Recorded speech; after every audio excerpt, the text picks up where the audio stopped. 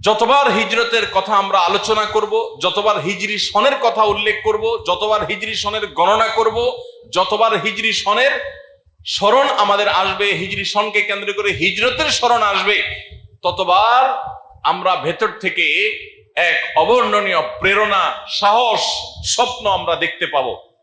হতে পারে সেই ঘটনা অনাকাঙ্ক্ষিত, কিন্তু সেই অনাকাঙ্ক্ষিত ঘটনা আমাদেরকে শক্তি যোগাবে, সামর্থ্য যোগাবে, স্বপ্ন দেখাবে, আমাদেরকে সাহস যোগাবে, সামনে এগিয়ে যেতে সহযোগিতা করবে।